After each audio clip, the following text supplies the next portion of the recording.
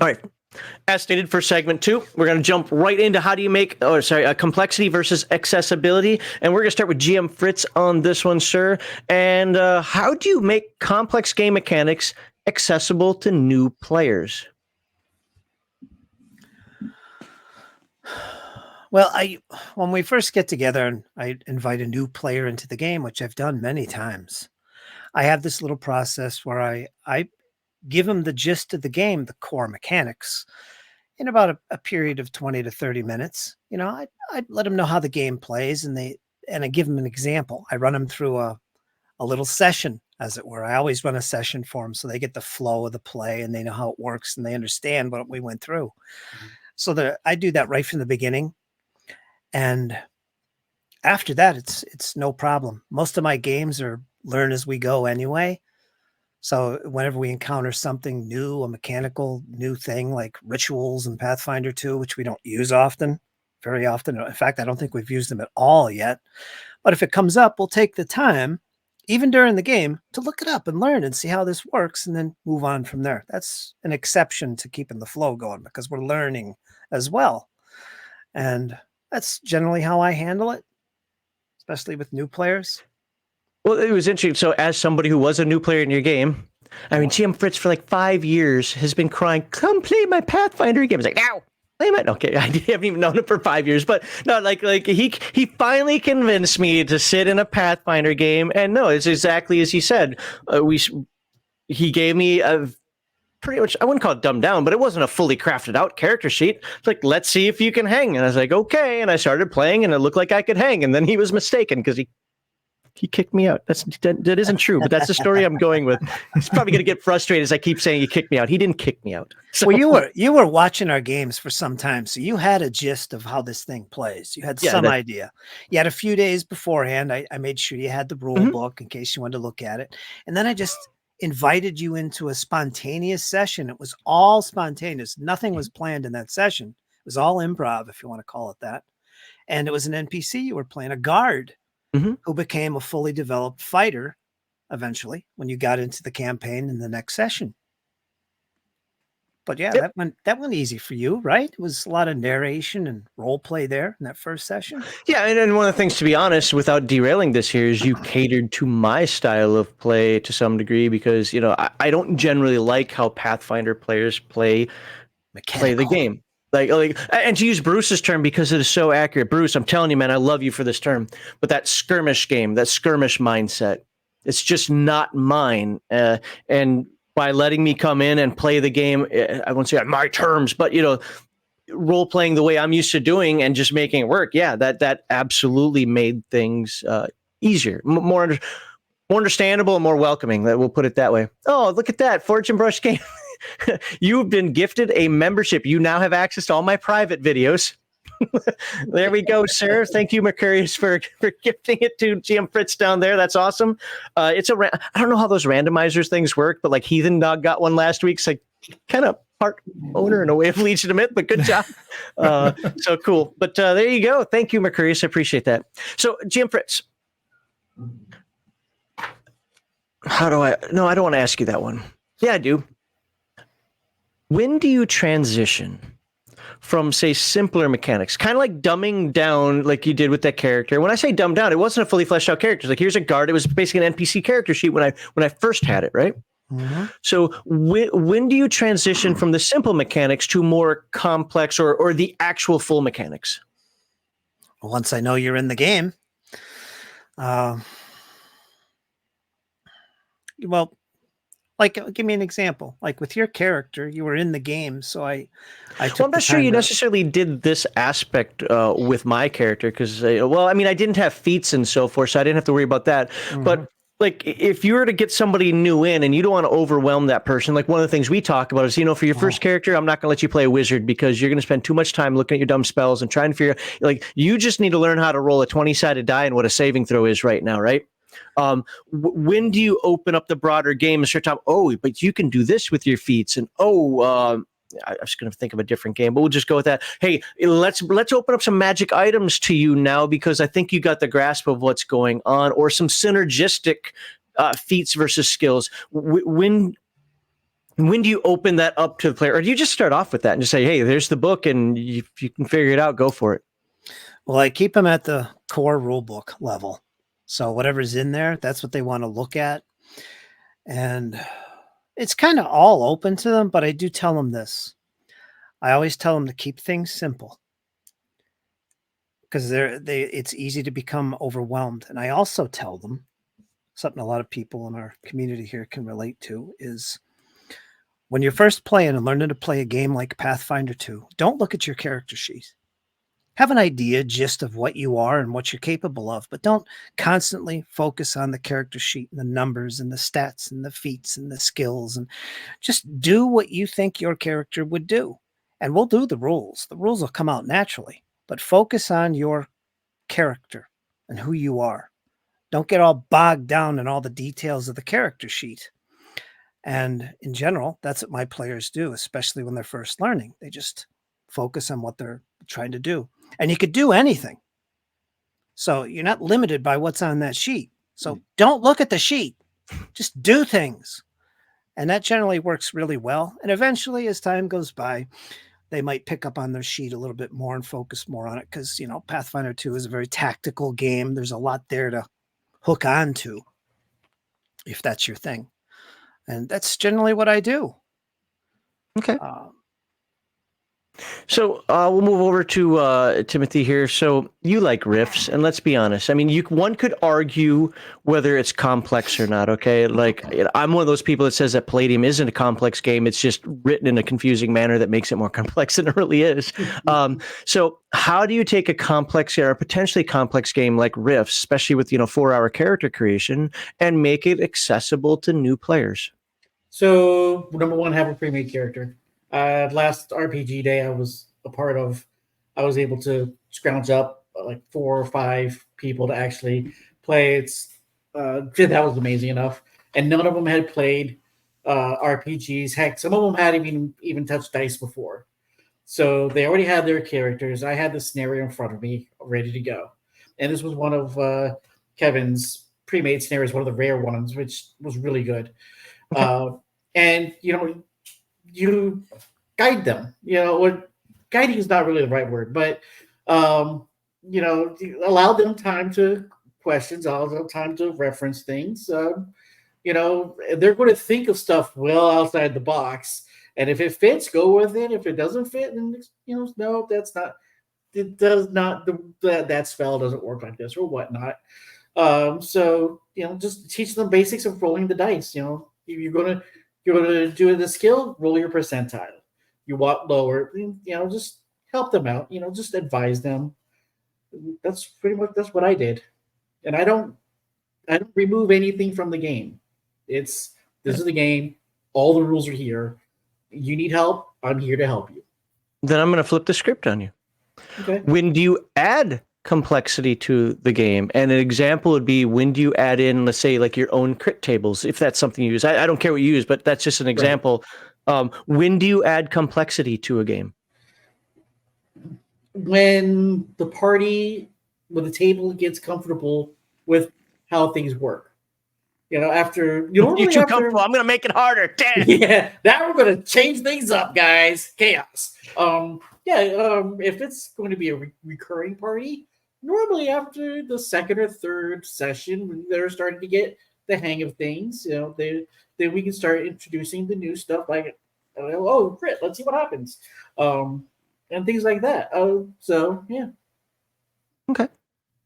All right, let's move on down to Rick then, 28mm RPG. Again, just so folks are reminded, hopefully I remember to do this for the video side of it, but description to all three of these guys chant. I cannot talk English words, things coming out of my mouth. These guys' channels, YouTube channels, are in the description. Hopefully that was in English. Let's move on. So please subscribe to GM Fritz, Rick 28mm, and I can't read your character and dice. Yeah, character and dice. It's too small because I have my questions here. It's really small there. So character and dice. I should remember that. You've only said it like 15 times. All right, Rick. How do you make complex game mechanics accessible to new players? So this should be fun because because you have your sessions here. I'd love to hear how this process works. So usually we will, if it's a totally new game system, sometimes we'll have a short form of the rule system for the players to kind of guide themselves on. Usually it involves how to do like a skill check, how to do like a task check, how to do the combat, and how to access your abilities. Like, you might have like some sort of, magical powers or whatever it is. We want to make sure everybody's on board on how they do each one of those things. So of course that's all addressed during our session 0 when we're putting together the setting. Like, we literally put together from a void a setting right there and then. We will entirely make it up. I'll find out all the knowns from the different players and stuff like that. I'll gauge what kind of a character that they're going for. I'll make sure that I have a list of things that they got to remember with their characters, their feats or whatever it is. And then once we get to like a little bit of sometimes we'll have a little bit of a practice session with their character so that they can kind of feel comfortable with it. And it's just a basic go through the whole motions, make sure that in our case, we do have rules in order to address, certain questions and stuff like that. We make sure everything is flowing quite reasonably. And it usually runs pretty smooth. I remember our Worlds Without Number game. We do have both of our session. Well, we had a session 0 and we had an emergency session that we had put out.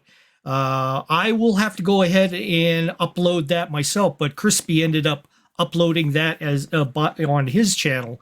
And it shows you some of the things that we do in order to address, some questions that the players may have or that the game master might have with the players, because it works both ways in our group. The player, the game master is just as much a player and all up in the air on what's going to happen in the session.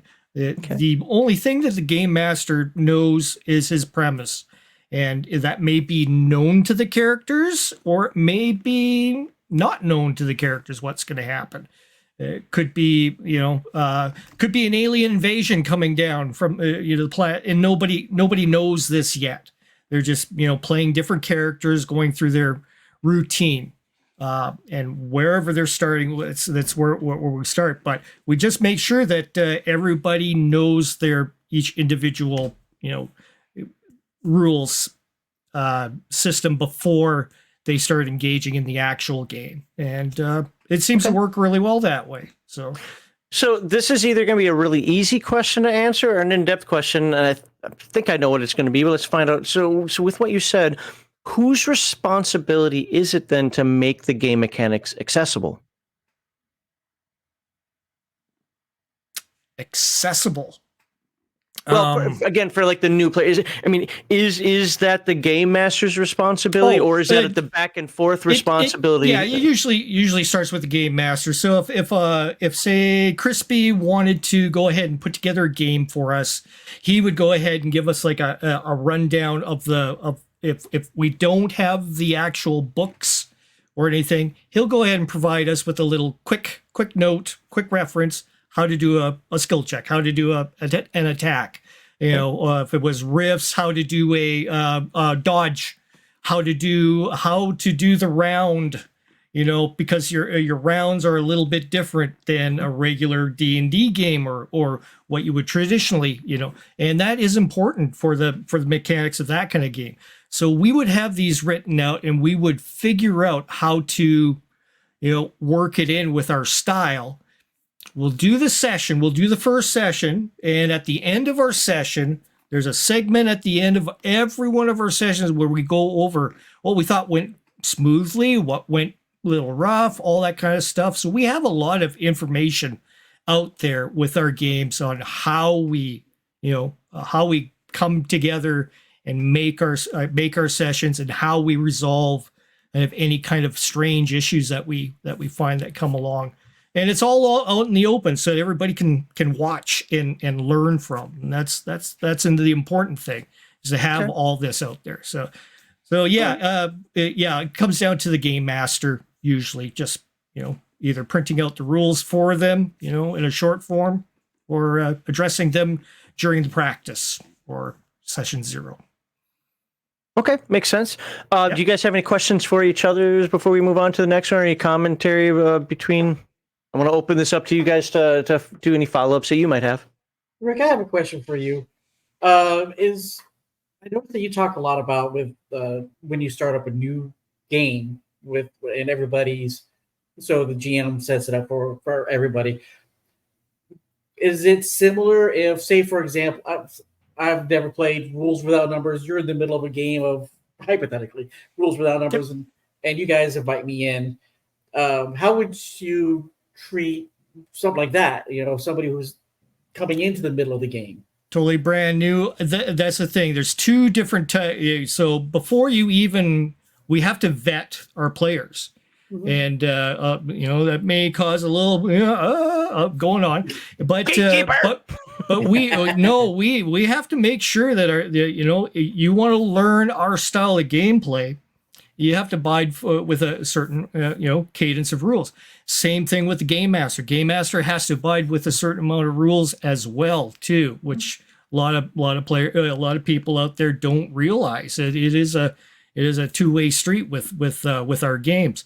So if you were to come in, we would have to set you up with a couple of practice sessions, see if you can stay in character without going into out of character talk. And then we'll record that session, give it to you, and then say, okay, critique, how do you think you could do this better? And I will give you some examples of how I would do it as a player, how I would, address a question out in the open. Like I would, give you the vocalization I would do as a player. And then you'll start to kind of understand, okay, I see, and we'll make sure all that runs smoothly. And then when you're ready to go ahead and join in one of our games, that's when you take that learning process and you'll take the rules that you see there, and we'll get yourself up and going with a character.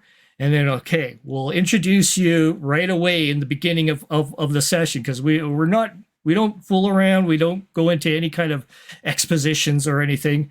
You're going to show us how your character acts, kind of like a movie. When you see characters in a movie, you see a character, you don't get any exposition, but you slowly learn about this character as he progresses through whatever they're happening. And wherever you are, if you're imagining your character waking up in the morning and having a shower, okay, may sound mundane. Okay, that's where you're going with your character. Me as a game master, that's where the action is going to start. And then suddenly there's going to be something that happens in that bathroom with you having your shower, boom, where we get into it. I let the players decide where they are and what they're doing, and we go from that position onwards. So it's a little bit more open, but we have a process that we have. I am writing a book, and to explain my process a little bit better to help other people to kind of keep their game open, player driven, not game master driven, but player driven. And that's all we can do for you is give you those, simple rules, and then you just, join in and learn from the other characters as well. Other players, you start to develop a cadence with them, vocalizing everything. You start learning from them too. At the end of the session, you say, okay, what did you think? How did you think this went? And you can give us your input at the end of the session of what you would like to change up and what you would like to, do differently and stuff like that. That's all open at the end of our sessions. So I always think I play badly. A lot of people do. And we'd say, okay, go ahead and rewatch it. And you'd be amazed at how well you actually did play. A lot of things in your head. You're fighting a lot of stuff in your head. When you're playing, you have your own self-doubts and all that stuff. We want people to realize how they play and see if there's a way that they can become more involved. I'll tell you, the more you talk about this, the more this really sounds like football season to me. So I got to sign the contract, then I got to have the preseason, and then after every game, we got to watch the tape to make sure that we. Don't forget the tryouts, Max. We're more, yeah. Well, you must understand, we're more of a school kind of setting instead of being just a gaming group. We're teaching each other different things, and somebody may come up with a brilliant idea. And I've seen it happen time and time again. And then we'll throw that into the lexicon. We'll say, okay, that sounds solid, and we'll all agree upon it. We'll put it in there. We'll say, okay, we'll go ahead and make sure, what the good idea was, let's all do session zeros for sure. And it became, writ. And that's how we do stuff. And everybody can take their game, like if you, Tim, came into the group, you started learning some stuff. You learned how to cut down the chatter in the game through us, all the, you don't want to talk about Furbies or all this stuff while you're in the middle of the session. That's what we're all about. You're in the session, you're there to game, you're there to play the game. And what you take from this, go with your group, make your own Discord, have your own group, try these different ideas. And that's what we're all hoping for, is that people can, develop more excellent mannerisms during the game, respecting that everybody puts aside their limited time. Everybody's got limited time on Earth here. So you find out when you get older, I'm hitting 60 next year. So, I'm looking at 79's the average, that's another 20 years for me. So how much gaming can I get in there? I want to make sure it's the best gaming that I can possibly have. And I hope that people can, when they're young, adapt to having more manners in the game in order to say, yeah, I'm here to play. I'm here to, be an active player and become this character in this game and make it a cool session with everybody else in here. That's all we care about is, making it better. That's that's good information for folks out there to listen to. And I hope we all inspire to be better players at our tables, whatever that happens to be for your table. You might be the Bruce Lombardo skirmish player. That's how you want to play, and that's what you want to excel at. Do it. Absolutely, do it. Yep. All right, let's. Well, and do you guys have anything else, or can I move on to the next question? I said that like I was hinting, like don't ask anymore. I didn't mean to do it that way, but okay, LT. All right. Well, this question might be actually a short one. So, what systems have you found that strike the best balance? Kat, I'm having a damn live stream here. Shut the hell up. What systems have you found that strike the best balance between depth and simplicity? And we'll start again with Jim Fritz on this one. Well, I haven't played a lot of games. I've collected and read a lot more than I've played. But I like a few. I think Pathfinder 2. Well, here come all the hate comments. Yeah, I know, but I got to be honest about these things. I mean, this is what I've been playing solid every week for 2.5 years. And I have to say the game is extremely easy to play. And it doesn't look like it because it's a big 640-page book. But like we said before, Max, it's mostly reference. And that's the downside to it because you have to refer to stuff. But the actual mechanics of the game are so freaking simple. There is a nice balance there for me. I mean, if you like tactical role-playing games, Pathfinder 2 is one of the best, as in my opinion, especially if you like D20 system. That's the way to go. And I think that big 640-page tome is actually geared for beginners because it is all reference. But I won't go too deep into this. But when you like skills, for example, every skill has a bunch of actions associated with it that you would typically use that skill for. Now, it's not limited to those, but they're there. Kind of like examples? Kind of like examples. Okay. And the point of this, besides for new players, because it helps them, they don't have to make things up. It's right there. You just, nope, that's how you do it. one of the reasons it's there like that is it tells you the results of a critical success, a failure, and a critical failure, the 4 results of a die roll. They can be, one of 4 things or less. And it tells you what results from a critical success as opposed to just a success. So it's reference material, but the mechanic stays the same. And for a beginner, that's great because you could just look it up. You don't have to, I got to be good at this, making stuff up and making sense of it. It's all right there. So it facilitates learning the game this way. It's just, there's a lot of it, which is what? Depth, which I like.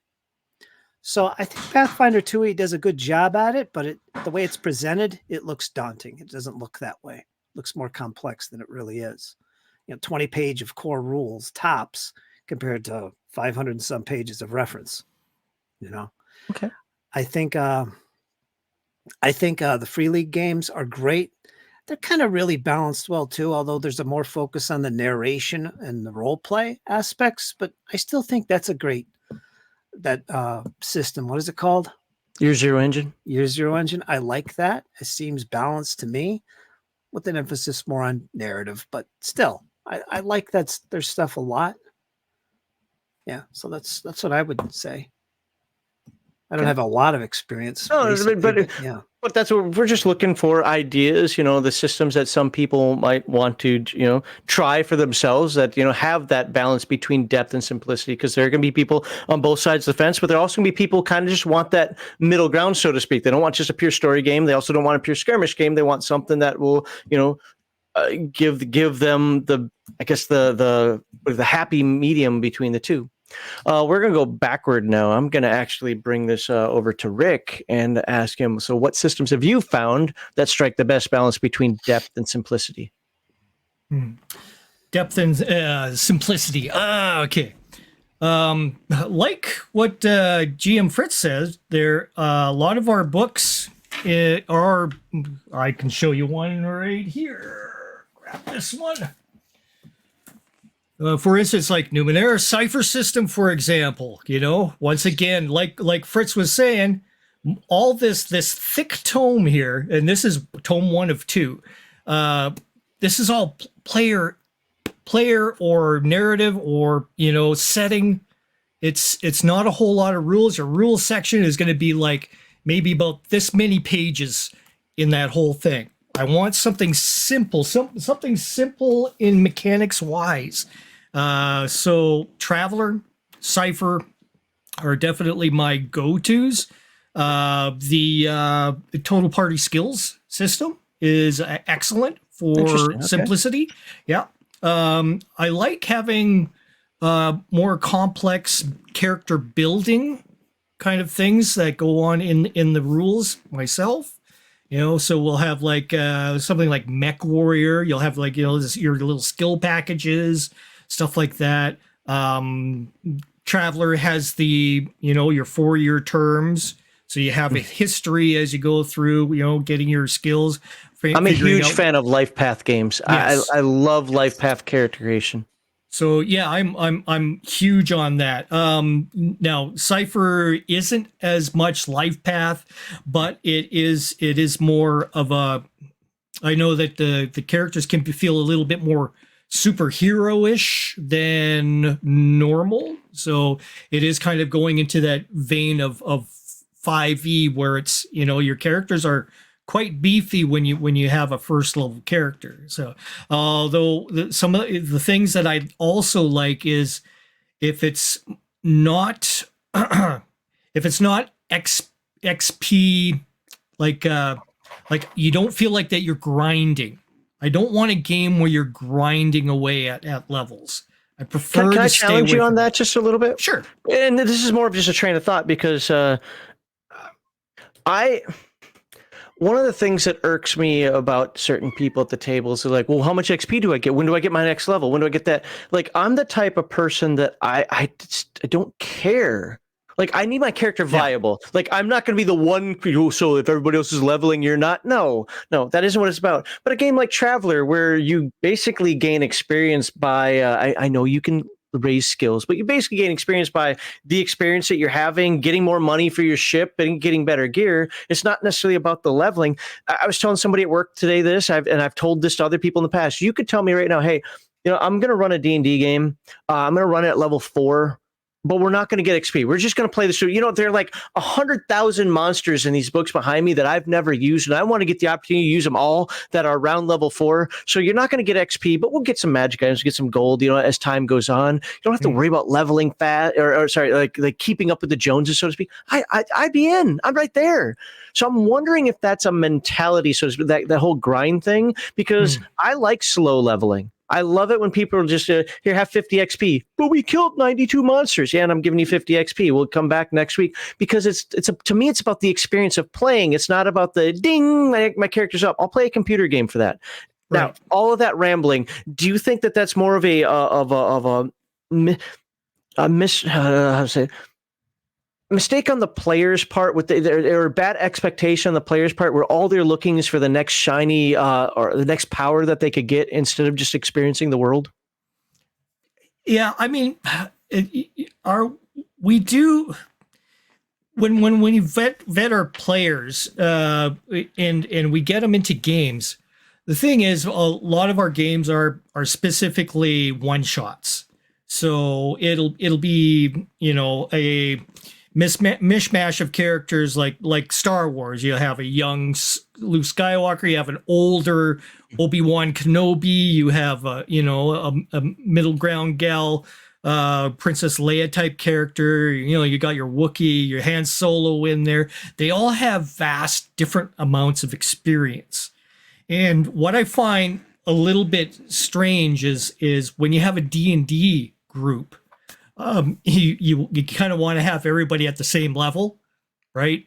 And you want to have them kind of in that same kind of vein. If you're veering out too far in levels between them, it may get a little hard for those for the first or second level characters in order to integrate well with an I want my level. thief level 20. I don't care what anybody else is. Yeah. And the thing what we did with the Worlds Without Number game is Crispy said, okay, I want you guys to be like medium level level 5. We want to have like established characters in here. So we played them that way. And when we created our characters, we created them that way. And that's it depends on per session. So we could have we will have once again another Castles and Crusades coming on, where we have low level characters going up higher as they go through different experiences and stuff. But we're not concerned, like the players in our group aren't concerned at all with the XP. That's far way past. That's nothing going on in their heads, because we are trying to be character driven, like as characters. Okay. You're not going to have Frodo of the Shire asking whether or not he's got XP every time he killed a goblin. That you don't see that in the movie. You don't see that in any kind of. We're trying to keep it as like movie consistent. We're not trying to emulate a movie, but we're taking cues from movies, novels, that sort of thing, in order to keep the narrative in that kind of respect. So, okay. Yeah. All right, let's move up to Timothy here and get back to the question task here. What systems have you found that strike the best balance between depth and simplicity? There's not many that I haven't found that strikes that balance. It's based off of the table mentality. Because I love Palladium, so, and especially recent interviews, recent examples, recent gamings, it's expanded that capability. That's how to run it and not worry about the rules so much, how to make myself a better GM, to make that the better complexity versus playing it. Depth versus simplicity. Yep. Yeah, make that complexity versus simplicity, to make it that simple, make it simple. There's only like maybe 2 examples that I've seen. Traveler 5, Oh, that hurt my brain. So that's going the opposite direction for you. Yeah, that's. Ooh, I can't. I've tried it. We broke my brain, but everything else though, it's really it's because I like third edition. There are aspects of fifth. I do like the basic framework of fifth edition. Don't like a lot of those recent stuff, but the basic framework of fifth edition is a very simple, very entry level, in my opinion, system to use. Great. I like. I'm reading over Essence 20 now. Seems to be a very simple system. So, the Mongoose Traveler, that's good. Another real simple one I've seen was Inomine, 3d6 for everything. But you can get some really good stories out of that. So You're gonna, that's one of my upcoming giveaways, right? ooh, Like the entirety of the Enoma, it's got 2 core books and all of the source books that go with it. I'm throwing my hat into that ring. But Stay tuned. Okay, but yeah, it's all really a preference of the table. It's dependent upon the table. With the table, and there are tables out there that love Traveler 5. I don't know how. Or they must work for NASA, but to keep it on the aspect of depth versus simplicity. I mean, yeah, they can like what they want. I mean, we're trying to strike that balance in there. So right now, I mean, you said crap. I already forgot, because that was that was Rick that said the cipher system. Would you say that Palladium is one of those that has a balance between depth and simplicity? for when you first approach it, no, it does not.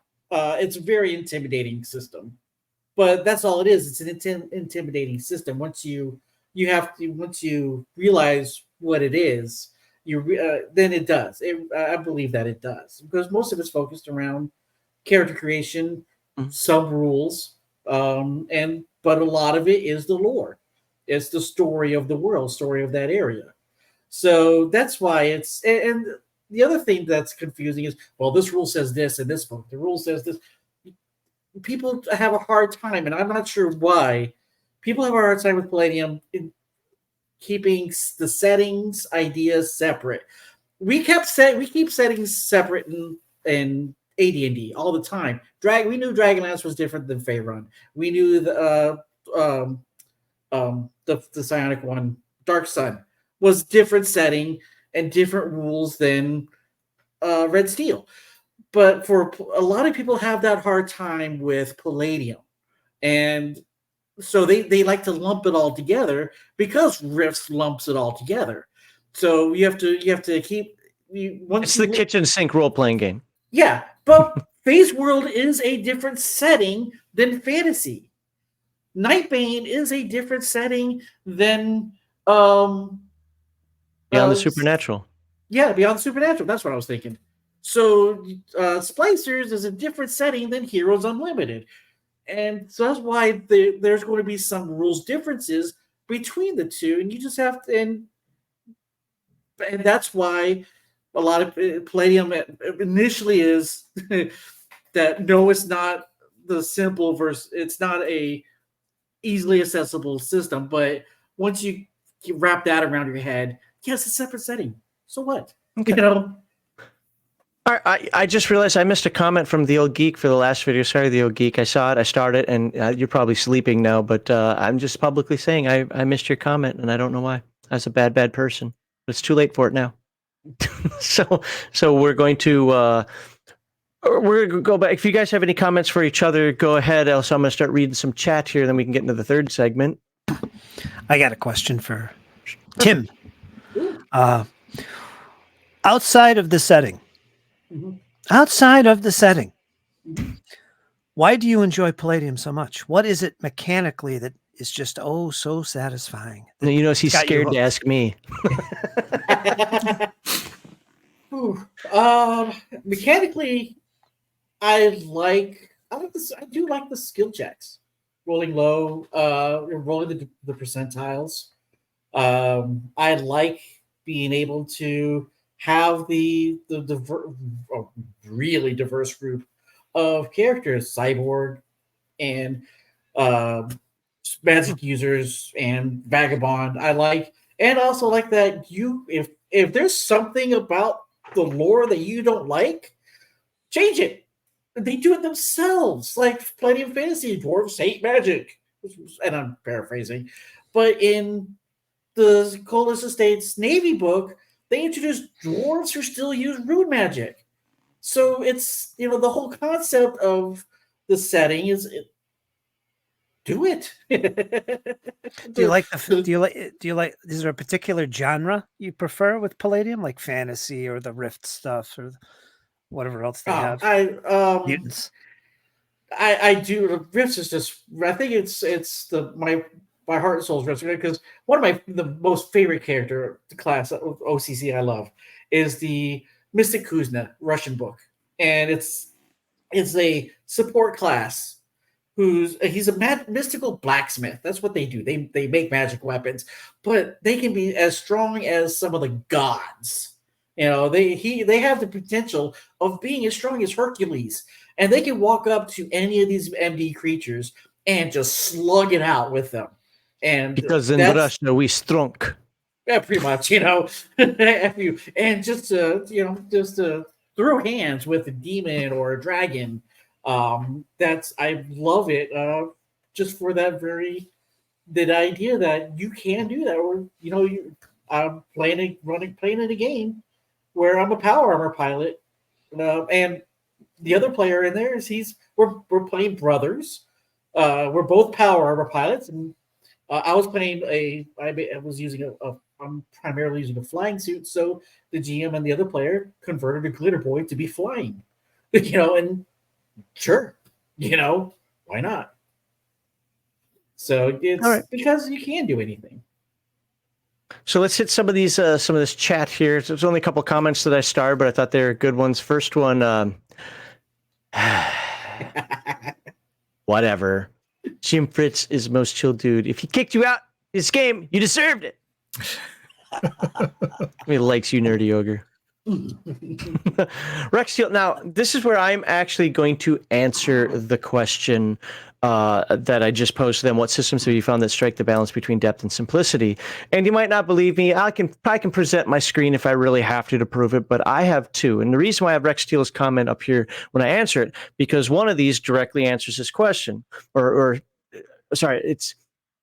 He's not asking a question, but it's related to his comment. And he says, I would personally prefer some crunch and rules that are actually important for the type of game. Exploration rules, and this is the part that I'm hanging my hat on here. Exploration rules are an example, but have simpler, less rules that don't matter for that type of game.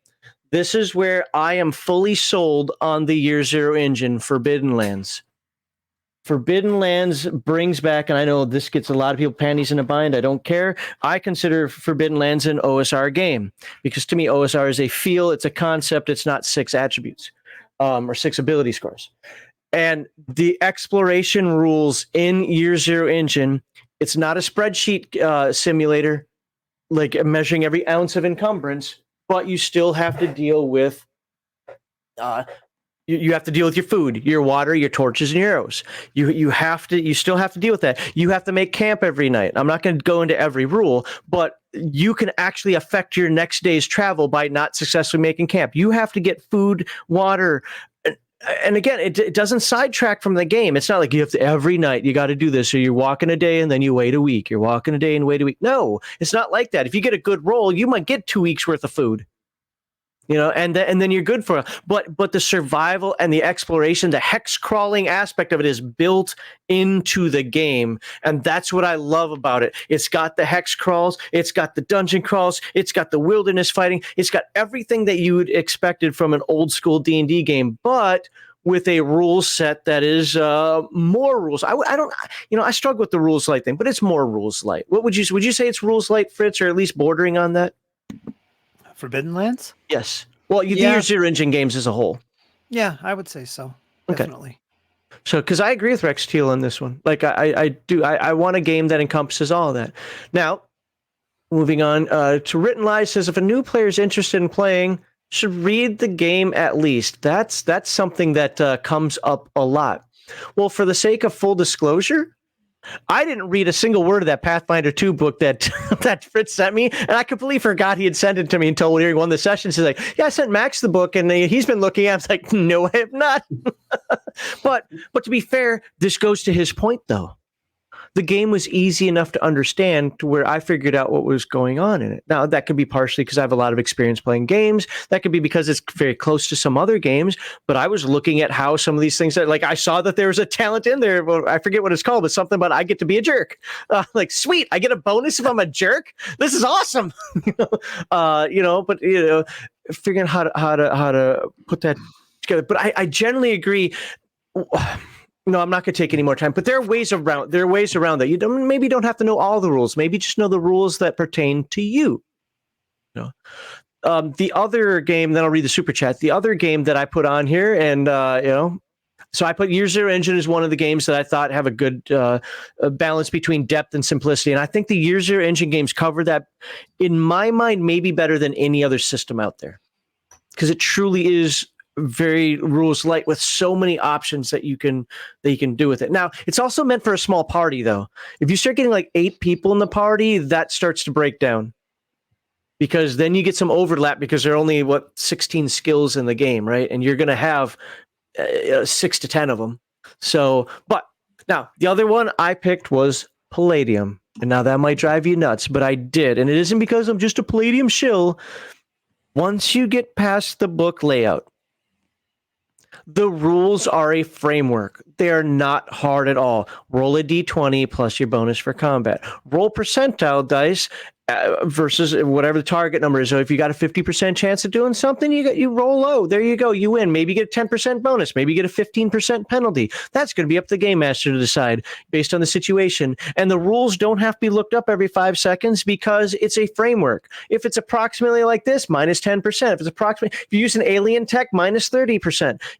Some things like that are written in it, but it's real simple. And then you just move on, because it is meant to be a cinematic game. I wouldn't go so much as storytelling or narrative, but it's definitely meant to be a cinematic game. Make it up as you go. Every table plays differently, because nobody can read the book to figure out what the damn rules are in the first place anyway. If I can add on to that. Yeah, go ahead.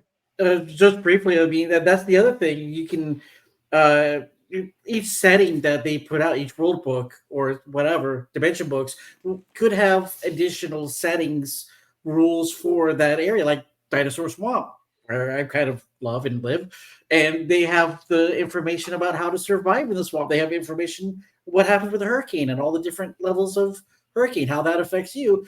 While that pertains to you in Dinosaur Swamp, it doesn't matter to you living up in Illinois or Kentucky or freaking the Midwest or Colorado, because you're never going to have a hurricane. You don't need it. If there's a hurricane in Spirit West, you're running a bad game. Or the rifts are back, or the new cataclysm's back. Yeah, I don't do. James L, thank you very much for 5. Everybody that's donating today is Australian. What's up with that?